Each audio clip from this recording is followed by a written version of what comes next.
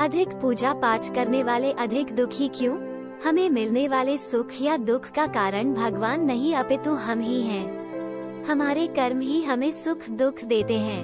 कर्म सकाम व निष्काम होते हैं। सकाम कर्म यानी ऐसे कर्म जिनके बदले में हम कुछ भौतिक सुख सुविधाएं चाहते हैं। ऐसे कर्मों का फल सुख दुख के रूप में मिलता है। निष्काम कर्म वह हैं जिनके बदले हम केवल भगवान को प्राप्त करना चाहते हैं। ऐसे कर्मों का फल भगवद प्राप्ति के रूप में मिलता है। अब बात आती है कि ज्यादा पूजा पाठ करने वाले ही दुखी क्यों रहते हैं। इसका सीधा सा उत्तर यह है कि ज्यादा पूजा पाठ करने वाला भक्ति के स्वरूप को नहीं समझने के कारण पूजा पाठ तो करता है, लेकिन वह अनजाने में सकाम पूजा ही करता है, जिसका फल उसे सुख दुख के रूप में ही मिलता है। ज्यादा पूजा पाठ करने वाला बेशक ज्यादा पूजा पाठ या भक्ति करता हुआ नजर आता है, लेकिन वह कर्मकांड को ठीक से नहीं करना जानता है। ऐसे में गलती पर गलती करता जाता है। बेशक वो कहता है कि वो कुआं खोदने की बात करता है, लेकिन असल में वो खाई ही खोद रहा होता है। वो ये तो कहता है कि वो बहुत सारी दुनिया भर की पूजा पाठ या मेहनत कर रहा है, लेकिन असल में तो वो अपनी मेहनत बेकार ही कर रहा होता है। बेशक ऐसा करने में उसका सारा परिश्रम निष्फल चला जाता है। तो एक बात तो ये हुई कि सकाम कर्मों का फल सुख या दुख के रूप में मिलता है। हो सकता है कि उसके पूर्व कर्मों की वजह से उसकी जिंदगी में दुख बहुत लिखे हों और पूजा पाठ से बेशक कम हुए हों, लेकिन फिर भी आप यही सोच रहे हो कि भगवान हमें इतनी पूजा पाठ के बाद भी दुख ही दे रहे हों। और दूसरी बात यह है कि आप गलत तरीके से या बिना विधि विधान के जाने ही पूजा पाठ कर रहे हो। आप बेशक अत्यधिक पूजा पाठ कर रहे हो, लेकिन उनका प्रभाव उल्टा या निष्फल हो रहा हो। लगता है यहाँ तक आपको सब समझ आ गया होगा।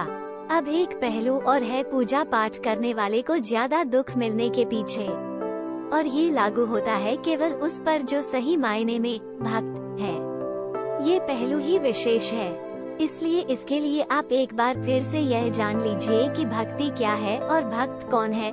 तारांकन, संध्यावंदन, योग, ध्यान, तंत्र, ज्ञान, कर्म के जैसे ही भक्ति भी मुक्ति का एक मार्ग है। भक्ति भी कई प्रकार की होती है। इसमें श्रवण, भजन, कीर्तन, नाम जप, स्मरण, मंत्र जप, पाद सेवन, अर्चन, वंदन, दास्य, सख्य, पूजा, आरती, प्रार्थना, सत्संग आदि शामिल हैं। इसे नवधा भक्ति कहते हैं। अब आपको बताता हूँ भगवद गीता में उल्लेखित 4 तरह के भक्तों के बारे में। गीता में भगवान श्री कृष्ण कहते हैं, तारांकन चतुर्विधा भजन्ते मां जना, सुकृतिनोर्जुन, अर्थो जिज्ञासुर्थार्थी ज्ञानी च भरतर्षभ। तारांकन अर्थात तारांकन है अर्जुन, अर्थ, जिज्ञासु, अर्थार्थी और ज्ञानी। तारांकन ये 4 प्रकार के भक्त मेरा भजन किया करते हैं।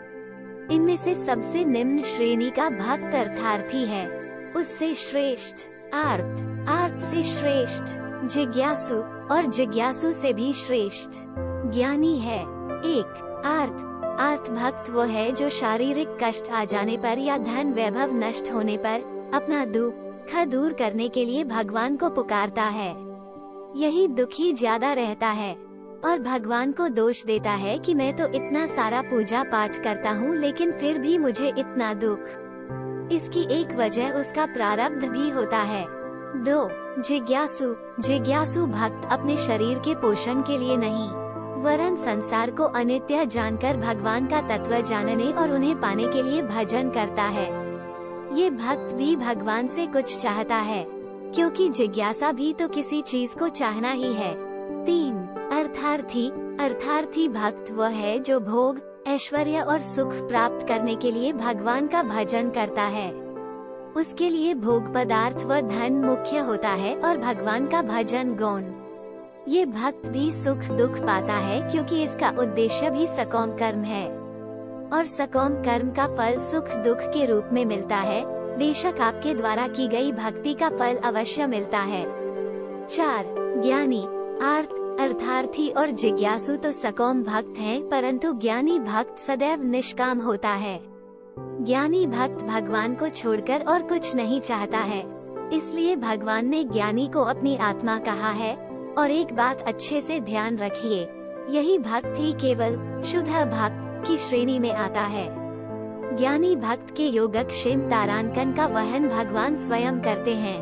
अगर आपको हमारा ये वीडियो अच्छा लगा हो तो चैनल को लाइक और शेयर करें और चैनल पर नए हैं तो चैनल को सब्सक्राइब करें। धन्यवाद।